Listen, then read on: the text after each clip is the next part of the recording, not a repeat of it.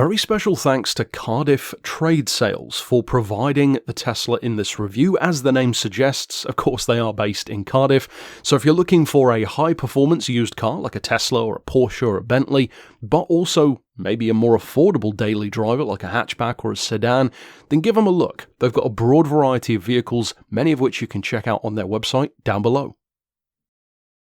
The timing on this review of the Tesla Model S is kind of perfect, because it was only a few weeks ago that I reviewed the Jaguar I-Pace, the higher performance 400 horsepower model, and although they're not necessarily as direct rivals as, for instance, a Model X would be in the SUV category, it still bears comparison because the electric car market is significantly smaller, almost on a first-name basis, if you will, compared to the vast array of petrol and diesel cars out there. That scope gets even narrower if you're just considering performance EVs rather than general ones like your Nissan Leaf and even hybrids like the Toyota Prius. So in the performance car market, an electric car can't just rest on its laurels. It can't just say, well, I'm tax exempt, I have no emissions, so give me all the awards. No, it has to be a good performance car as well. So how does the Tesla stand, first of all, on that merit? Then we'll talk about some of the practicality stuff afterwards.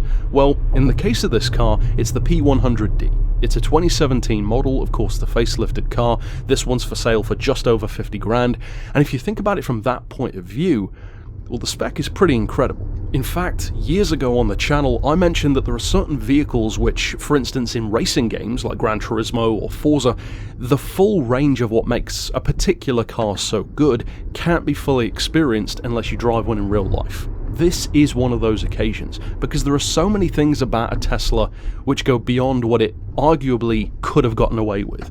So for instance, I don't think many people would have demanded that this car have the capability of 7 seats, but Tesla did that anyway.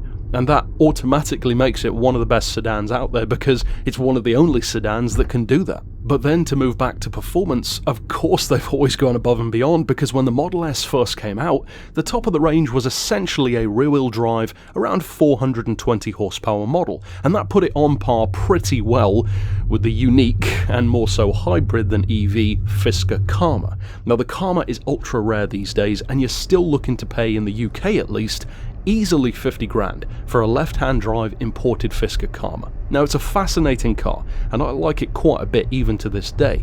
But the thing is, that car stagnated. That's where it ended. The Tesla moved past it, so it's not even a rival anymore in that direct sense. Tesla added all-wheel drive, they facelifted it, and of course they gave it masses of power, masses of torque in comparison to what the benchmark of the Model S was originally. As I said, a 400 odd horsepower rear-wheel drive car, which had good performance for sure.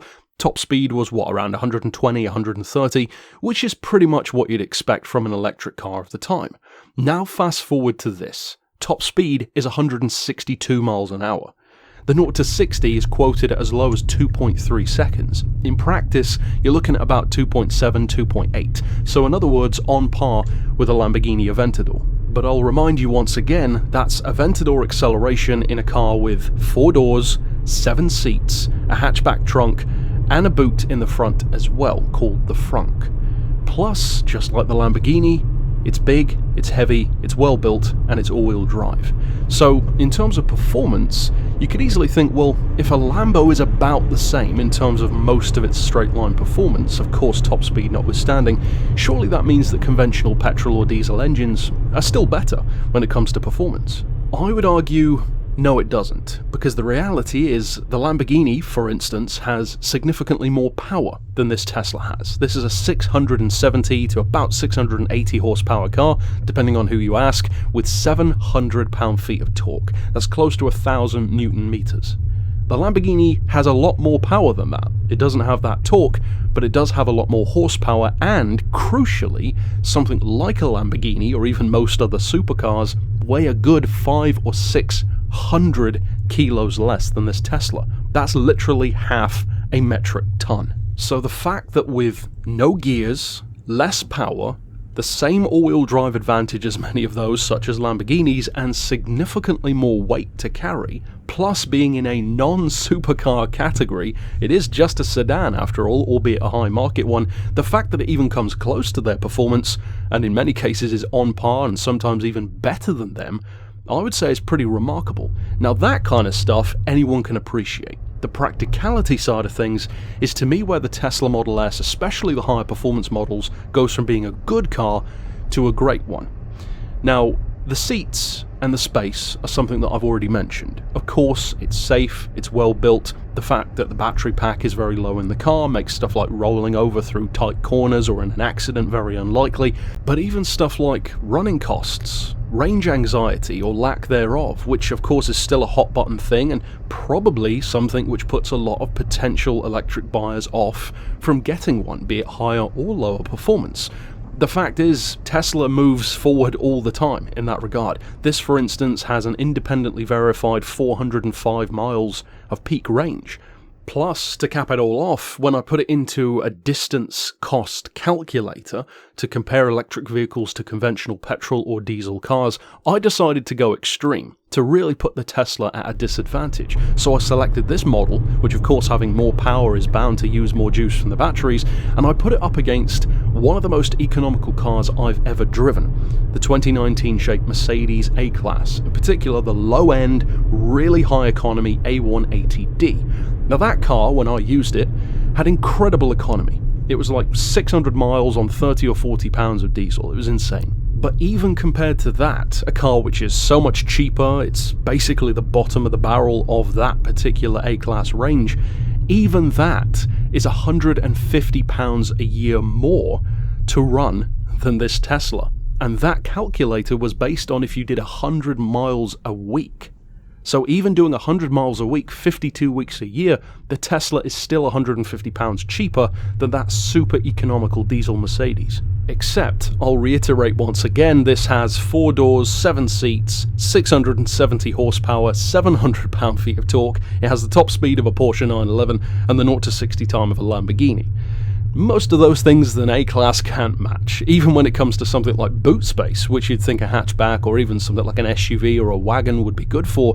Well, the Tesla's pretty great, and part of that is because it's a hatch. It's got around 800 litres of trunk space, which is really good for a sedan. In fact, that would be good for an SUV, let alone a sedan. Now, with all of this being said, of course, I'm not a simp for Tesla. I can acknowledge their mistakes and ways in which they're perhaps not as good. One of the things that's often prohibitive about a Tesla is the price. For a new one, you're looking at, 120, 130 grand, which is a lot of money for a sedan, especially one that doesn't look like a 130 grand car. However, that's when the used ones come in. This 2017 shape with modest mileage is 50 grand. So does it keep its value? Well, clearly not, but that makes it a performance bargain, and that much car for that much money is pretty remarkable. Once again, about the same price as that used Fisker Karma, which has no way near the kind of spec. In terms of the tech inside the car, of course Tesla has that distinctive 17-inch center display. That was a lot of fun to use. Of course you can personalize the car, you can change all the settings you want to have, you can have obviously stuff like sat-nav, and it's a great map. It's kind of reminiscent of using Google Maps or the maps on your iPhone, for instance.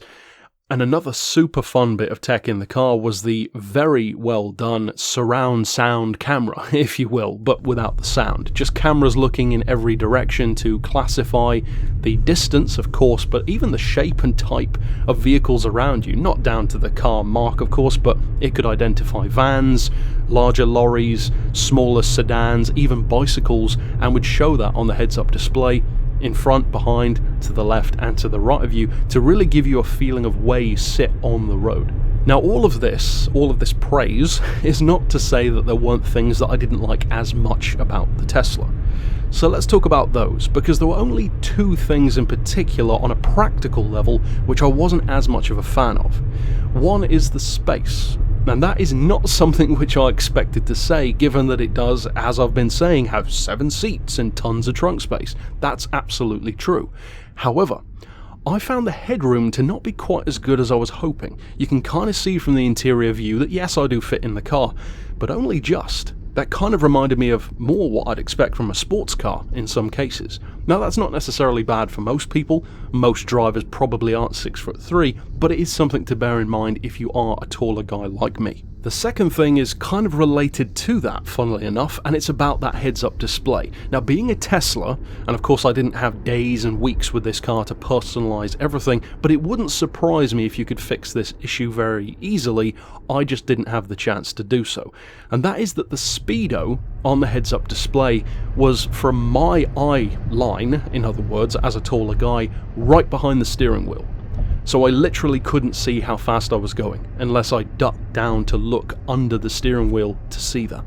Now, as I said, it wouldn't surprise me if you could move that lower, and for instance personalise the heads-up display. Maybe you can, maybe you can't, I can't confirm either way, but that was just something which kind of irked me. And to move past those two more practical downsides, you could say, at least for me personally, there is one subjective, very personal thing which I will say about a Tesla overall. I would say this less so about the Model X and even less about the original Tesla Roadster, but when it comes to the Model S and even the Model 3, and you could say Model Y for instance as well, they tend to be cars that very quickly you get familiar with the look of. And to me, I don't necessarily find them boring to look at, but they become kind of like my analogy of driving an iPhone. Everyone has one.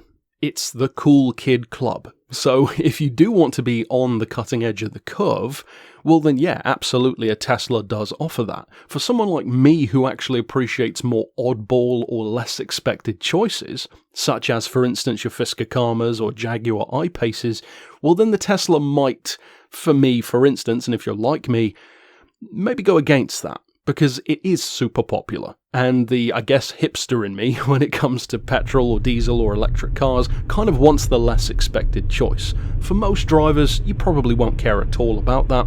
That was just, as I said, a purely subjective thing for me.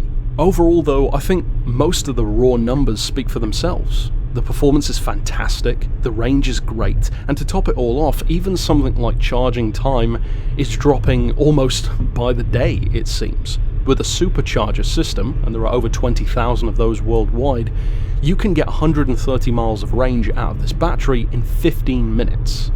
Now, that's still longer than, for instance, filling up a car, but if you think about it, it's actually not that much longer anymore. If you drive into a petrol station, fill up the car, go and pay for it, maybe buy a couple of things in the shop and come back, that's easily, what, 5 minutes? Maybe a little bit more, a little bit less. This is 15 minutes to get 130 miles of range. The time difference between electric car charging and conventional fuel filling is getting narrower by the year, and that's something which I love to see because the battery issues that they used to have are very quickly being resolved. And in fact, in a similar way to how the motorcycle world compares to cars in terms of technology accelerating so rapidly, I would argue that electric cars are actually advancing much more quickly than conventional cars have. Conventional cars have overcome a lot of hurdles and gotten better over the decades, and of course a century now that they've been around.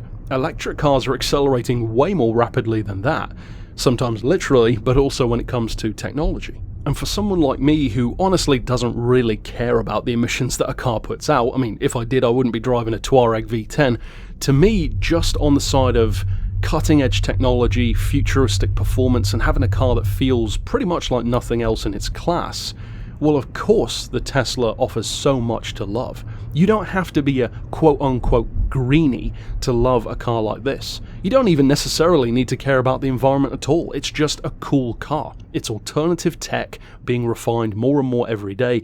And for me, the fact that it's so much more affordable used with an incredible level of spec, well, that just makes it even more appealing. Overall though, that's it for my thoughts on the Tesla Model S P100D, of course the facelift in particular. Doubtless we will revisit electric cars in the future here and there, so of course stick around for more like that. Check out my review for the Jaguar I-Pace as well, and until next time I'll see you then. So if you want to check out my other car reviews, click here on screen, and until next time I'll see you then. But for now, as always, thanks for watching.